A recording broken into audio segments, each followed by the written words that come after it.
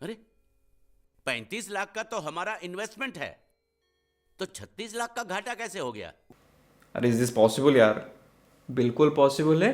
अगर आपको आरओई के कैलकुलेशन के बारे में पता नहीं है तो। अगर आप एक सेल्स की फील्ड में हो, even if you are a sales manager और sales officer, even if you are a MBA in sales, then ऐसे बोल के आपके डिस्ट्रीब्यूटर आपको उल्लू बना सकता है।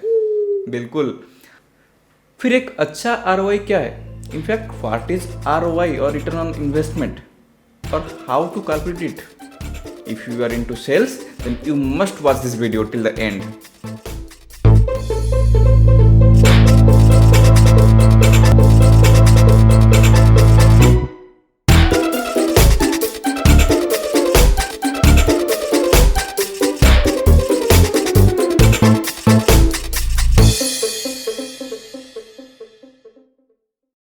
हाय, आई एम संबित और मेरे बारे में सारी डिटेल्स इस डिस्क्रिप्शन में है। और इस चैनल में हम बात करते हैं करियर, मनी और बिजनेस के बारे में। और आज का जो टॉपिक है ना, how to calculate the ROI, what is a good ROI, ये सारे तीनों के लिए, मतलब करियर, मनी और बिजनेस के लिए, तीनों के लिए इंपॉर्टेंट है। If you are employ in sales और इफ़ यू आर डिस्ट्रीब्यूटर, दोनों के लिए बहुत बहुत इंपॉर्टेंट है। दोनों दोनों को उल्लू बना सकते हैं अगर दोनों को ये चीज़ें पता नहीं है तो। ठीक है, चलते हैं आगे आगे बढ़ते हैं। What is ROI? ROI is nothing, net earning to your investment. Simple सी भाषा में ROI percentage is equal to your net profit divided by your investment into 100। इसमें जो परसेंटेज निकलेगा वो है आपका ROI परसेंटेज। सिंपल। वीडियो तो फिर ख़त्म हो गया ना, और आगे क्या बात करेंगे फिर? नहीं, रियल बिजनेस में अर्निंग्स को और इन्वेस्टमेंट्स को निकालने के लिए बहुत सारे पैरामीटर्स है, और हर पैरामीटर्स के बारे में हमको जानना बहुत ज़रूरी है। ठीक है, तो इस वीडियो में हम एक जानेंगे कि एग्जाम्पल के थ्रू कैसे एक आरओआई को कैलकुलेट करते हैं। Let's take an example of a television distributor. ये टेलीविजन डिस्ट्रीब्यूटर है, मतलब एफएमसीजी डिस्ट्रीब्यूटर है। ये एफएमसीजी के लिए वैलिड है, ये दूसरे बिजनेस के लिए भी वैलिड है। थोड़ा सा छोटा सा ट्वीक करना पड़ेगा depending upon the company, but बहुत सिंपल है। सेम फॉर्मूला आपको अप्लाई करना है हर जगह पे।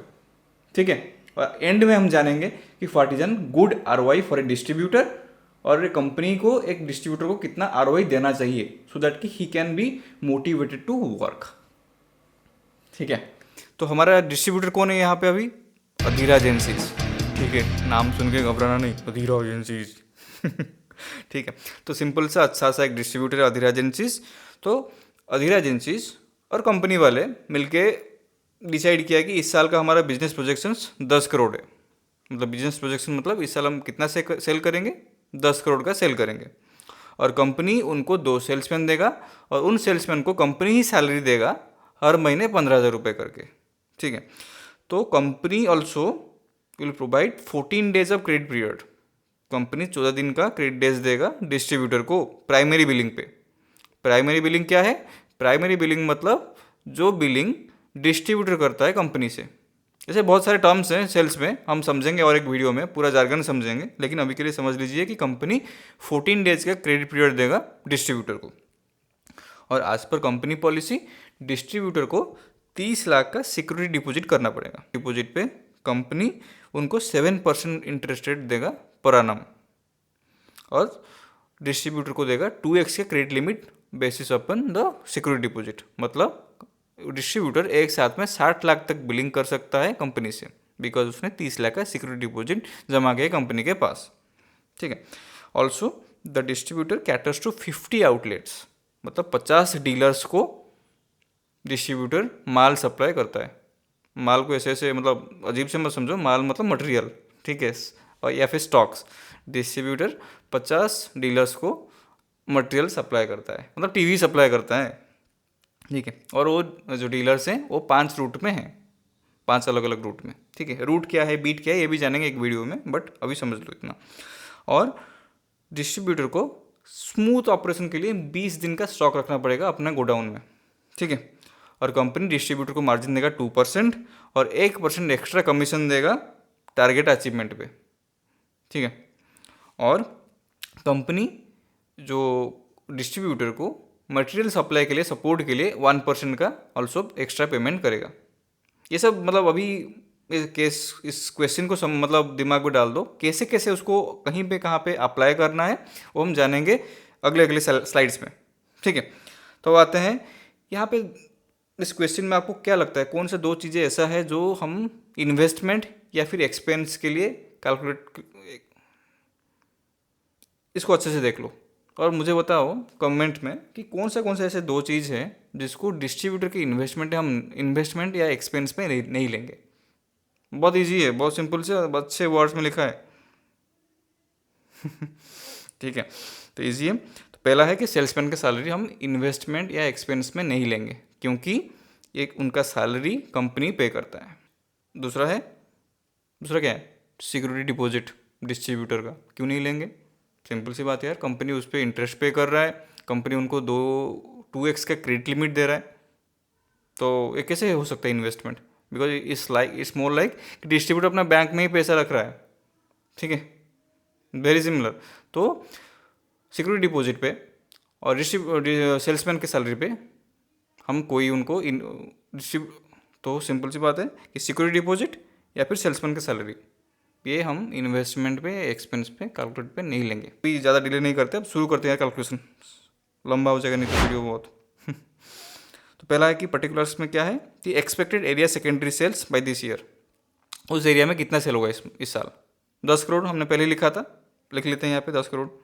ठीक है, अब आते हैं क्या क्या उनका इन्वेस्टमेंट्स हैं। पहला है सिक्योरिटी डिपॉजिट, इसको हम यहाँ पे ग्रे आउट कर दिए हैं। 30 लाख का जो सिक्योरिटी डिपॉजिट है वो इन्वेस्टमेंट नहीं होगा, बस यहाँ पे एक रेफरेंस के लिए हमने लिखा है। ठीक है, जो भी ग्रे आउट है ना यहाँ पे वो सब इन्वेस्टमेंट, एक्सपेंसेस, अर्निंग्स कुछ नहीं है, मतलब उसको हम कैलकुलेशन में नहीं लेंगे। ठीक है, तो एवरेज स्टॉक वैल्यू कितना है, तो 20 दिन का हमको स्टॉक रखना पड़ेगा। 365 दिन में हम सेल करते हैं 10 करोड़, तो 20 दिन में कितना करेंगे जो कि हमारा स्टॉक होगा 54,79,452 रुपीज़। सिंपल कैलकुलेशन है, 10 crore divided by 365 days into 20 days equal to 54,79,452 rupees. Next क्या खर्चा है या नेक्स्ट क्या इन्वेस्टमेंट है, दैट इज़ कंप्यूटर। ऑफकोर्स सही है कंप्यूटर। ठीक है, मान लीजिए कि एक साल में उनका कंप्यूटर के लिए इन्वेस्टमेंट है 10,000 रुपये। ठीक है, तीसरा क्या है, तीसरा है फर्नीचर। कहीं पे तो सेल्समैन, कोई भी सेल्स ऑफिसर, सेल्समैन या फिर डिस्ट्रीब्यूटर का जो क्या बोलते हैं, जो बिलिंग करता है जो बंदा, MIS, वो तो कहीं पे बैठेगा ना। तो फर्नीचर के लिए 10,000 रुपये एक साल में उनका इन्वेस्टमेंट है। ठीक है, तीसरा है कॉस्ट ऑफ कैपिटल। ये कॉस्ट ऑफ कैपिटल क्या है, कॉस्ट ऑफ कैपिटल मतलब डिस्ट्रीब्यूटर को मार्केट में कितना पैसा एडिशनल डालना पड़ रहा है। हमने पहले लिखा कि कंपनी 14 डेज का क्रेडिट देता है डिस्ट्रीब्यूटर को। मान लीजिए कि ऐसा और 3-4 डीलर्स हैं जिनको डिस्ट्रीब्यूटर एक्स्ट्रा क्रेडिट डेज देता है, मतलब 22 दिन का या फिर 30 दिन का क्रेडिट डेज देता है। ठीक है, सॉरी, तो 22 दिन का 30 दिन का क्रेडिट डेज देता है। तो जो एक्स्ट्रा डेज उनको क्रेडिट मिलता है उसको हम बोलते हैं कॉस्ट ऑफ कैपिटल, बिकॉज वहाँ पे तो डिस्ट्रीब्यूटर का एक्स्ट्रा पैसा लग रहा है ना। मतलब अगर मान लीजिए कि कोई किसी को 24 दिन का क्रेडिट डेज देता है, डिस्ट्रीब्यूटर को मिल रहा है 14 डेज, तो डिस्ट्रीब्यूटर का तो 10 दिन का पैसा एक्स्ट्रा लग रहा है ना। ठीक है, तो ऐसे केसेस में हम लेते हैं कि कॉस्ट ऑफ कैपिटल 8 लाख रुपये है।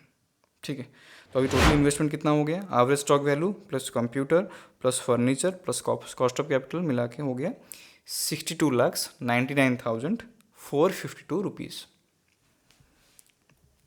अब आते हैं ओपेक्स या फिर ऑपरेटिंग एक्सपेंडिचर्स पे।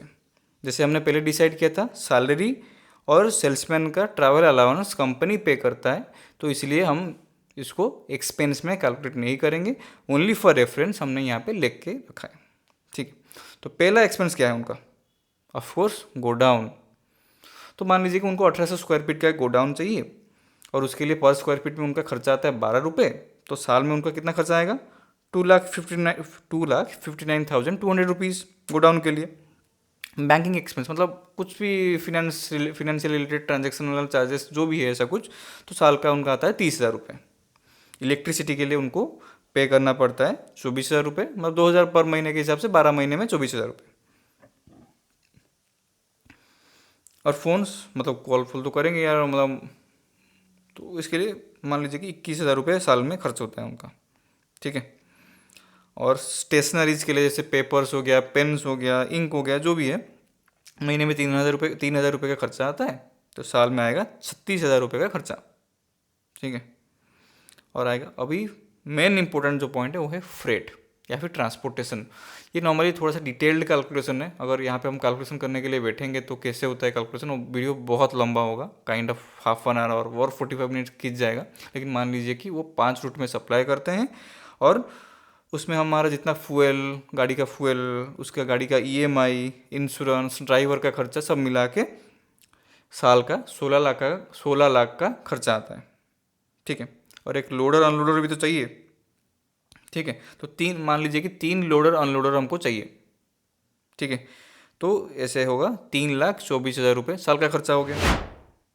ठीक है, 9,000 रुपये महीना, तो साल का 3,24,000 रुपये 3 लोडर अनलोडर के लिए। और लास्ट में क्या है, कंप्यूटर ऑपरेटर या फिर जो हम बोले कि MIS या फिर जो अकाउंटेंट जो भी। ठीक है, 17,500 रुपये हम देते हैं महीने में उसको, तो साल में उसको कितना पैसे देंगे, 2,10,000 रुपये। ठीक है, ये बस रेफरेंस है, ऐसा मत ये सोचना कि इतना कम सैलरी किसको देते हैं या इतना सैलरी कितने कैसे देते हैं। ठीक है, these are just for references. ठीक है, सिंपल कैलकुलेशंस के लिए। तो हमारा टोटल एक्सपेंस कैसे कैलकुलेट करेंगे, या फिर opex, go down rent plus banking expense plus electricity plus phones plus stationery plus freight plus loader unloader charges plus computer operator का सैलरी, टोटल मिला के हमारे यहाँ पे आता है 25,04,000 रुपीज़। ठीक है, ये हो गया एक्सपेंस। पहले हमने डिसाइड किया था कि इन्वेस्टमेंट कितना होगा, अब देखें कि अब यहाँ पे देखें कि एक साल में हमारा खर्चा कितना होता है बिजनेस को रन करने के लिए। ठीक है, डिस्ट्रीब्यूटर के लिए। अब लास्ट वाला पार्ट क्या है, डिस्ट्रीब्यूटर कमाएगा कितना और कहाँ से कमाएगा, दिस इज वेरी इंपॉर्टेंट ना, राइट। तो हम आते हैं ग्रीन वाले टेबल पे, ग्रॉस अर्निंग्स। पहला है मार्जिन, या फिर जिसको हम इनबिल भी कुछ कुछ जगह पे इनबिल बोलते हैं, कुछ कुछ जगह पे मार्जिन बोलते हैं। ठीक है, 10 करोड़ का सेल है, 2% का मार्जिन है, तो कितना हो गया ग्रॉस मार्जिन यहाँ पे 20 लाख रुपए। ठीक है, दूसरा हमने क्या बोला था कि डिस्ट्रीब्यूटर को ट्रांसपोर्टेशन के लिए कंपनी 1% देगा सपोर्ट, जिसको हम बोलते हैं सेकेंडरी सेल्स सपोर्ट। ठीक है, तो 10 लाख रुपए, 10 करोड़ रुपए, 10 करोड़ रुपए का 1% कितना हो गया, 10 लाख। ठीक है, अब तीसरा क्या है, हमने बोला था कि 1% कंपनी पे करेगा सेल्स टारगेट अचीवमेंट पे। मान लीजिए कि उस सेल्स टारगेट अचीवमेंट जो इंसेंटिव है उसको कंपनी ने 3 पार्ट में डिवाइड कर दिया है। पहला पार्ट में क्या है कि अगर उसने साल का 10 करोड़ उन्होंने कर दिया, देन उनको 0.5% मिल जाएगा। ठीक है, ये हो गया सेल्स टारगेट अचीवमेंट में, सेल्स वैल्यू टारगेट। ठीक है, तो 10 करोड़ का 0.5% कितना हो गया, 5 लाख रुपये। दूसरा क्या है कि अगर उन्होंने 90% ऑन टाइम डिलीवरी करते हैं एक साल में, उनको और 0.25% मिलेगा इंसेंटिव। तो 10 करोड़ का 0.25% कितना हो गया, 2,50,000 रुपये। तीसरा क्या है कि उन्होंने अगर 10 नए डीलर ऐसे ऐड कर दिया अपने नेटवर्क में, तो उनको और 0.25 मिलेगा, तो उसमें कितना हो गया 2,50,000। नॉर्मली ये जो हमने 0.5, 0.25 बोला ना, ये जो 1% का हो गया इंसेंटिव, नॉर्मली कंपनी ये डिस्ट्रीब्यूटर को और अपने बिजनेस को एक्सपांड करने के लिए, प्रमोट करने के लिए नॉर्मली ये कंपनी पे करता है। ठीक है, क्योंकि अगर डिस्ट्रीब्यूटर ग्रो करेगा तो ऑफकोर्स कंपनी भी ग्रो करेगा ना। अगर डिस्ट्रीब्यूटर का नेटवर्क बढ़ेगा, कंपनी का भी नेटवर्क बढ़ेगा, कंपनी का सेल्स बढ़ेगा, कंपनी का रीच बढ़ेगा। ठीक है, that's why this are the incentive, this the 1% incentive normally कुछ कंपनी पे करते हैं डिस्ट्रीब्यूटर को। ठीक है, तो टोटल हमारा यहाँ पे ग्रॉस अर्निंग्स कितना हो गया, 20 lakh plus 10 lakh plus 5 lakh plus 2.5 lakh plus 2.5 lakh equal to 40 lakh rupees in a year. ठीक है, तो यहाँ पे आते हैं हम नेट अर्निंग कैसे, net earning equal to gross earning minus हमारा operating expenditures, gross earnings minus opex. तो हमारा कितना था ग्रॉस अर्निंग्स 40 लाख रुपीज़, हमारा हमने पहले कितना देखा था ऑपरेटिंग एक्सपेंडिचर्स 25,04,200 रुपीज़। ठीक है, if you want you can just पीछे वीडियो में थोड़ा सा पीछे चले जाके फिर से आप देख सकते हो फॉर रेफरेंस, या फिर आप नोट बना सकते हो। ठीक है, तो हमारा नेट अर्निंग कितना हो गया 14,95,800 rupees. Net earning equal to gross earning minus opex, ठीक है। तो ये हो गया नेट अर्निंग 14,95,800 रुपीज़। अब आते हैं जिसके लिए हम अभी तक वेट किए हैं, व्हाट इज़ दैट? बोलो बोलो, that is ROI, right, return on investment. तो ROI is equal to, ROI हम नॉर्मली परसेंटेज में ही निकालते हैं, ठीक है। तो ROI is equal to net earning divided by investment into 100, ठीक है। तो कैलकुलेट करते हैं फटाफट से। तो ROI is equal to net earning कितना है 14,95,800 डिवाइडेड बाई इन्वेस्टमेंट कितना था 62,99,452 rupees into 100 is equal to 24%। आया, मैं यहाँ पे राउंड अप कर दिया हूँ, अगर आप कैलकुलेट करेंगे तो 24 पॉइंट कुछ, 0.1 0.2 कुछ भी आ सकता है, लेकिन मोटा मोटी यहाँ पे हमारा ROI कितना निकला 24%। मतलब वो अपनी इन्वेस्टमेंट पे 24% का रिटर्न ले रहे हैं, या फिर रिटर्न उनको मिल रहा है बिजनेस से, व्हिच इज़ क्वाइट हेल्दी। तो अधीर एजेंसीज खुश हो सकता है, other agencies should be happy with the company, ठीक है। तो देखा कितना सिंपल सा है, मतलब पूरा कैलकुलेशन बहुत सिंपल है, और लेकिन ये बहुत इंपॉर्टेंट है आपके सेल्स के इंटरव्यूज़ के लिए। If you are moving to a sales job from another sales job, या फिर from a one position to a higher positions, या फिर ये आपका पहला सेल्स इंटरव्यू है after your MBA, then ROI calculations आपको आना चाहिए। मतलब नॉर्मली अभी तो बहुत लोग पूछते ही है, ठीक है, इन द फर्दर राउंड्स, जैसे कि अगर आपका कोई VP के साथ इंटरव्यूज़ है, या फिर आपको कोई RM के साथ इंटरव्यूज़ है, नॉर्मली आपको पूछ लेंगे, ठीक है। तो आपको बेसिक स्ट्रक्चर पता होना चाहिए, सो दैट कि यू कैन कैलकुलेट, ठीक है। अब असली मुद्दे पे आते हैं, what is a good ROI और what is a good return on investment. Simple सी टर्म से सोच लो कि रूल्स ऑफ थंब है, अगर आपका ROI आपका बैंक के इंटरेस्ट रेट से ज़्यादा होना चाहिए, मतलब अगर लोन लेके आप बिजनेस कर रहे हो, इनफैक्ट लोन लेके नहीं भी बिजनेस करो फिर भी आपका जो बैंक का लोन बैंक का जो इंटरेस्ट रेट है उससे आपका ROI ज़्यादा होना चाहिए, फर्स्ट पॉइंट। सेकेंड पॉइंट क्या है, आपका जो ROI है वो इन्फ्लेशन से ज़्यादा होना चाहिए, इन्फ्लेशन जितना रेट है 7% 8% उससे ज़्यादा होना चाहिए, ठीक है। ये दोनों पैरामीटर तो मस्ट है, this is a minimum criteria, your ROI need to be fulfilled, otherwise आप बिजनेस छोड़ दो, इस बिजनेस में घुसो ही मत, ठीक है। तो नॉर्मली अगर हम FMCG और FMCD के बारे में बात करेंगे, तो नॉर्मली एक डिस्ट्रीब्यूटर को एक कंपनी ट्राई करता है कि 20 to 30% तक ROI आए। मान लीजिए कि इस एग्जाम्पल में जैसे देखा कि हमारा 24% का ROI निकला है, ठीक है। उसका मतलब क्या है, अगर वो डिस्ट्रीब्यूटर अगर 14% रेट में लोन लिया होगा बिजनेस को रन करने के लिए, देन उसके पास आफ्टर 1 ईयर उसके पास फिर भी 10%, 24 माइनस 14%, फिर भी आपके पास 10% का मार्जिन है, या फिर 10% का रिटर्न ऑन इन्वेस्टमेंट है, then that is a good thing. तो नॉर्मली इसीलिए हम 20 to 30% का ROI को एक अच्छा ROI मानते हैं।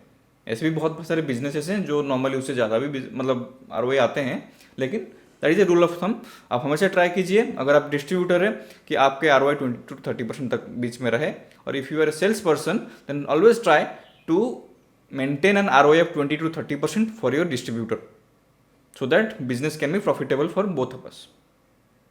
सिंपल सा वीडियो था यार, मतलब अगले वीडियो में हम जानेंगे कि और क्या क्या जार्गन्स हैं या फिर और क्या क्या टर्म्स हैं सेल्स के बारे में। लेकिन आज के अगर वीडियो आपके लिए बेनिफिशियल है और आपको इंटरेस्टिंग लगा, then please like, comment, share and subscribe, and stay tuned to the next video.